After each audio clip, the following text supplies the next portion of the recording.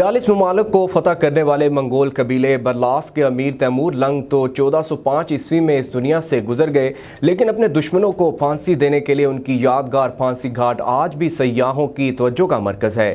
کیا تفصیلات ہیں، آئیے دیکھتے ہیں۔ پاک افغان بارڈر طور خم کے ساتھ آدھے کلومیٹر پر واقع مچن کے مقام پر ایک پہاڑی چوٹی پر 1398 عیسوی میں بنائے جانے والا پھانسی گھاٹ قدیم زمانے کی یاد تازہ کر رہی ہے۔ تاریخ کے اوراق کے مطابق امیر تیمور یہاں مجرموں کو باندھ کر گراتا اور وہ تیز دھار آلوں کی وجہ سے زندگی کی بازی ہار جاتے۔ حکومت ویسے بھی ٹورزم کے بہت زیادہ دعوے کر رہے ہیں، مختلف جگہ پہ ابھی دیکھا جائے تو کرنٹلی وہ سری لنکا کے لوگ بھی آئے تھے، وزٹ کیے تھے، وہ ہسٹوریکل پلیسز ہے، وہ آثار قدیمہ۔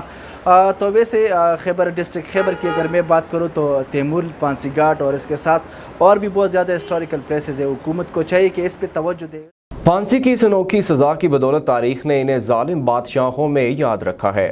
تیمور لنگ نے بنوایا تھا 1398 میں، اور جب انہوں نے یہ بنایا تو ہو سکتا ہے ضرور کسی نہ کسی کو دیا ہوگا، ضرور پھانسی یہ بنایا تھا اس لیے۔ تیمور لنگ نے جب فرسٹ اٹیک کیا تھا کابل میں تو لوگ کہتے ہیں کہ انہوں نے اتنے لوگوں کے قتل عام کیے ہیں کہ لوگوں کی جو انسان کی جو کھوپڑی ہیں ان سے مسجد کی میناریں بنائیں۔